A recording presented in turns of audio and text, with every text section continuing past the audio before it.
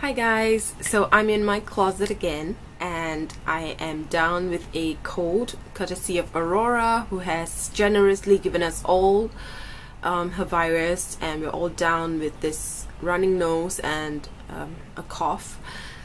So hopefully we'll all get better soon. But anyway, I wanted to do this video. I was a little bit nervous about doing this because, you know, it's going to be a long and chatty one. And I know that as I chat, a lot more of my personality is going to come forth, and I don't know how you guys are going to take it, because in most of my videos I'm pretty calm and composed, but if you know me in real life, I think I'm a very dramatic, talkative kind of person. Oh well, but you know,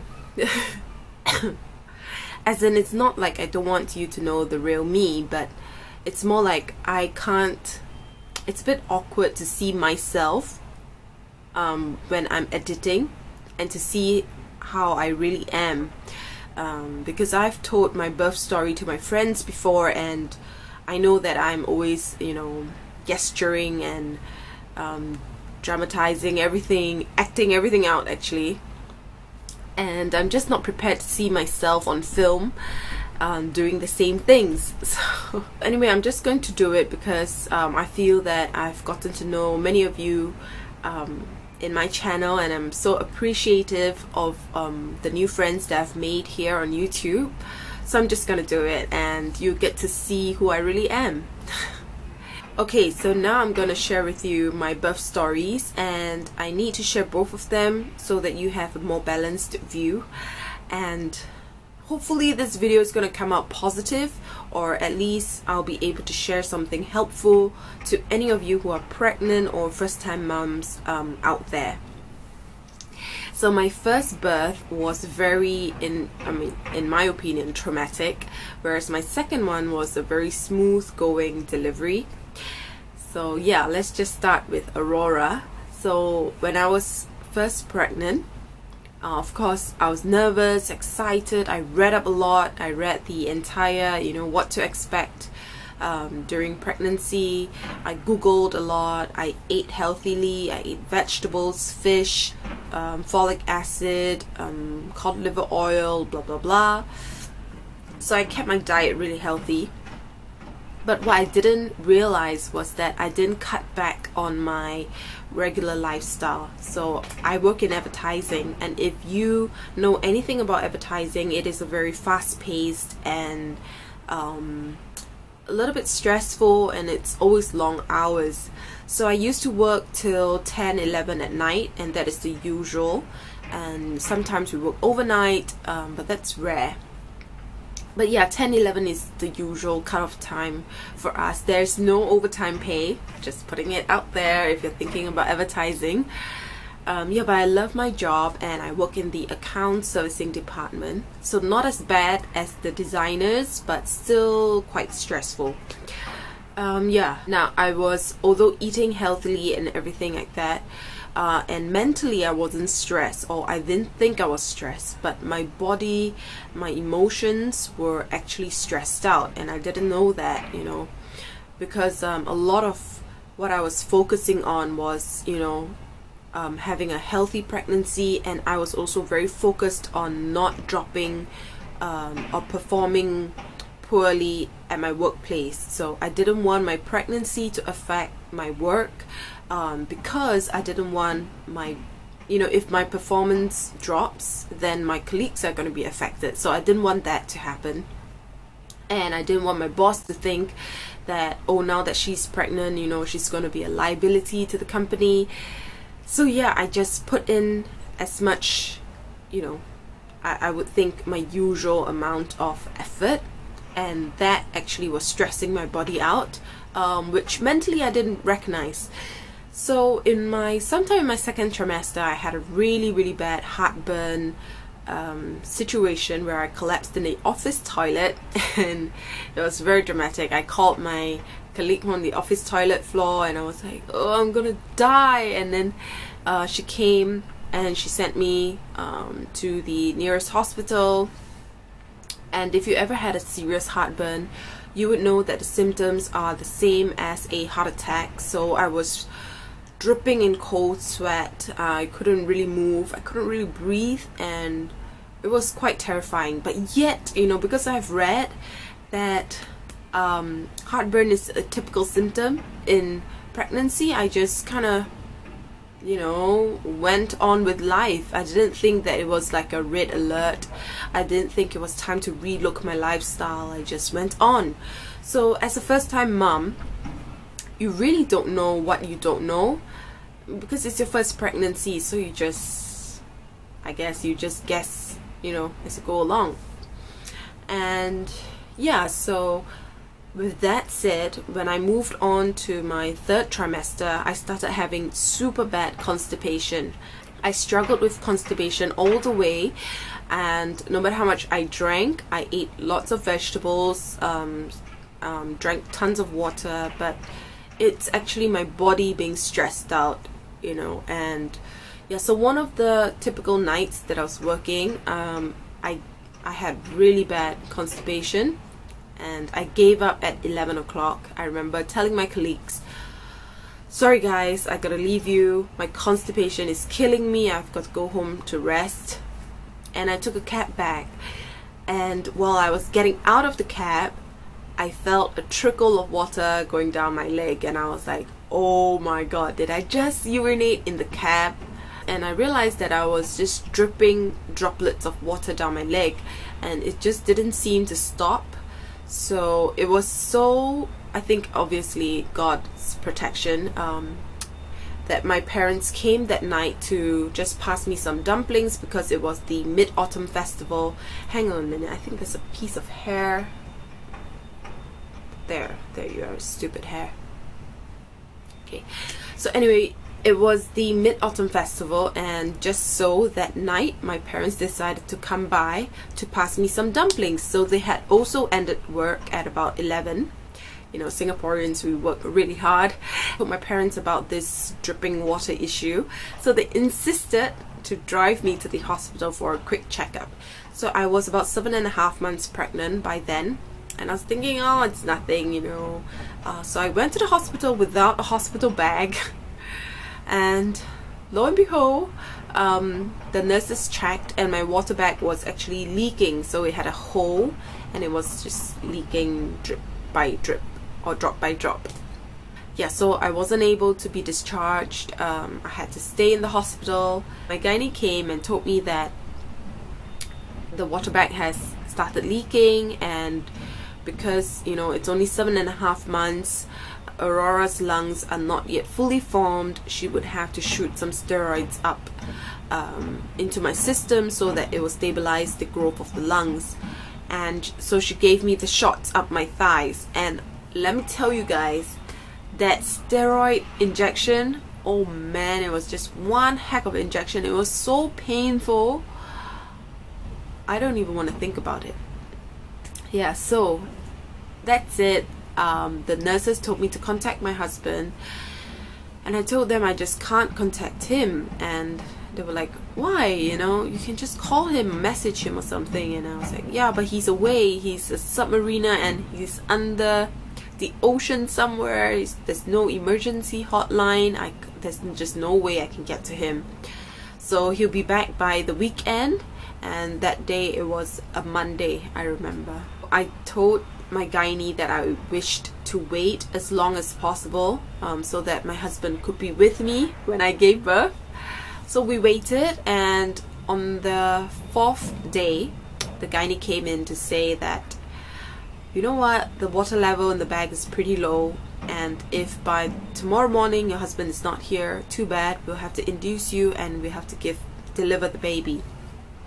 Okay, so on the 5th day, thank God, Alvin came back a day earlier, and he saw my messages. I've already, you know, WhatsApped him, me in the hospital gown and everything. So he messaged me and asked me if I was kidding, like if this is a joke. You must be kidding me, this is not a joke, you know, I'm gonna give birth in a few hours, you better come now, like now, just like teleport here now. So he rushed down from the Navy, and I got induced, and yeah, so the contractions started, and as they got more and more painful, you know, at the back of my mind I did think that, you know, maybe I could go for a natural birth, like fully natural, but I know myself best. I really cannot deal with pain, so when the pain got too much for me, I requested for the epidural. So the anesthetist came, and she was a beautiful anesthetist, so that is great. And she did a wonderful job. She just gave me a regular dose of epidural, but as I said, once again, first time mommy, don't know anything. She gave me a regular dose, but my body reacted so badly to the epidural.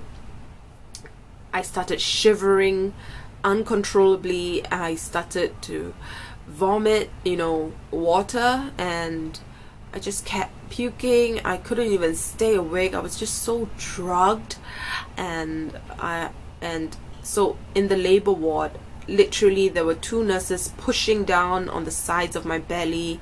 My gynae was, you know, stretching my, you know, so this went on for I think 15 minutes, and finally the gynae said, okay, one last push. If you can't push the baby out, we'll have to roll you in for a C-section. So I just didn't know what to do. I just gathered all my wits and pushed as hard as I could. You know, I wasn't even in a very conscious state, and I just pushed as hard as I could, and thank God, you know, Aurora came out. So when she came out, she was rushed immediately to the intensive care unit, and she wasn't breathing that well. So yeah, that was that. So she stayed there for 10 days, and during the 10 days it was quite stressful for us.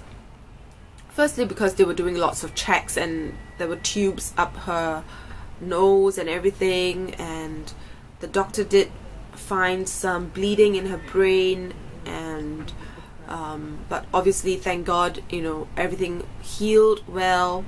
But during that time when we heard the news of her having some kind of bleeding in her brain, you would be freaking out as, you know, parents. And then because she was away from me, my breasts or my body didn't produce breast milk as much as she needed, so it was a real struggle for me to breastfeed her. That's another story. Breastfeeding was really traumatizing for me and her, but we went through it. And my post-delivery recovery was a long, tedious one. It was like I took about 2 weeks to recover from my wound, because, you know, the gynae had to really tear open. Yeah, so it was a really bad tear, and the bleeding was non-stop. For the first 4 to 5 days I couldn't even sit up. It was terrible. Yeah, so that's my really traumatic birth for Aurora. And I did, as much as I don't want to admit it, I did go through a bit of a postnatal depression. I do remember vividly one time when Alvin was away for sailing again, and that night I just at around 2 to 3 a.m. I called my mother because I started crying non-stop. I was just so depressed. I called her. I said, I don't know what's wrong with me, but I just need to cry. I just feel so depressed. So my mom was fantastic. She just stayed on the phone with me, and yeah, so I did go through a bit of depression. And let me tell you, I used to, you know, think lightly or laugh at people who had depression. I used to think that, oh, you just need to think positive thoughts, you know, why deal with depression, you know, just choose to be positive. Until I went through depression myself. So it was like my mind can be thinking really positive thoughts, but my heart and the emotions that I had was so overwhelmingly depressing. They just can't help but being depressed. So it's really not my choice. It's like my mind can be, you know, full of positive thoughts, but the emotions are so much stronger. So now I take depression very seriously. So if you have depression, I feel for you. Yeah, that's another story. After my first pregnancy, obviously I would have fears to ever get pregnant again. I just felt it was such a terrible experience. I love my baby, I love that I'm a mother, but the whole experience of childbirth was, it was like, I don't want to go through that again. So when I got pregnant with Seth, soon after, I was like, no, I don't want to go through it again. I was dreading, you know, really dreading the childbirthing part. And this time round, I decided to take it easy.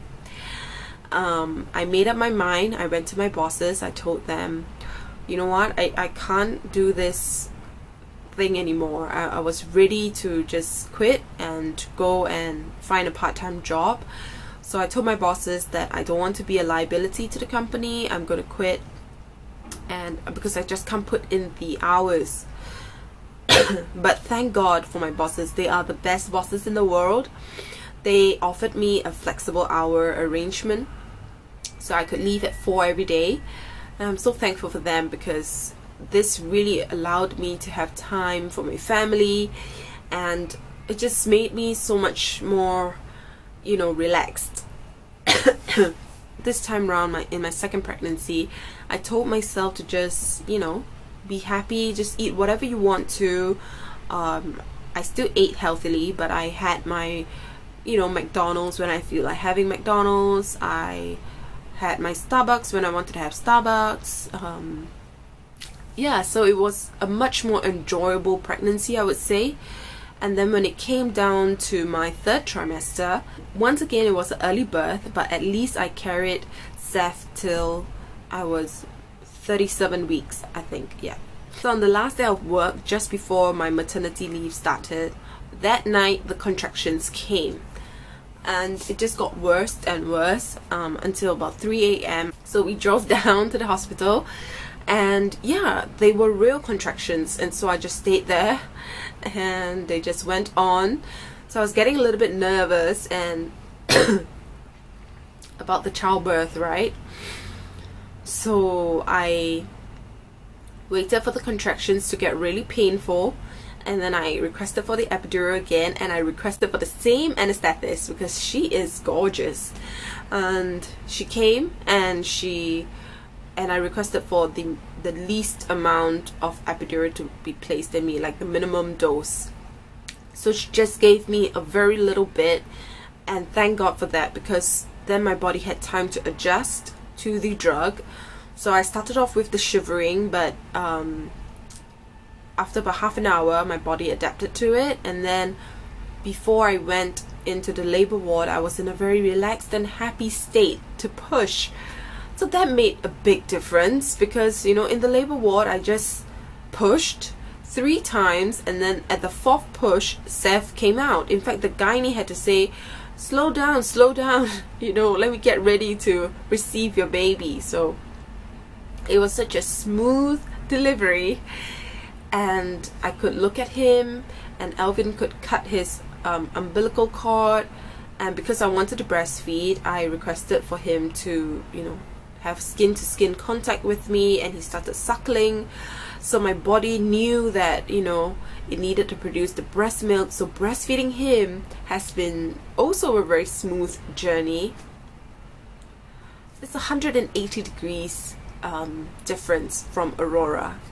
I am actually very thankful to have Seth, because he balanced me out. Like, he taught me that, you know, being a mother is so much, there's so much joy in childbirthing and being pregnant, and I'm very grateful. I'm so grateful for that experience. And for Aurora, I'm still appreciative of that experience, just because it really taught me and my husband, you know, how much love we can have for this baby. We were like ready to die for her when she was in the intensive care unit. You know, it was my first time. It was really the first time I saw my husband shed a tear, or shed some tears actually, because when she was in the intensive care unit, he was being called to go sail, and it was just on that day where we received the news that her brain had some bleeding. So I think it really hit him hard, so he cried, and it was my first time seeing my husband cry. So yeah, so I'm really grateful for both of my children and thankful that I have 2 healthy growing kids. Yeah, I think that's all I have to say. If you have any questions or comments, please leave them down below. And if you're a first-time mom, share your thoughts with me. I don't know if you have any questions. Maybe I could help. Yeah. So thank you so much, guys, for watching my videos. I hope this one is not too rambly. I know I rattle on and on. All I have to say in this video, it has been a long one, so if you've watched till now, thank you for watching till now, and I will see you in my next video, guys.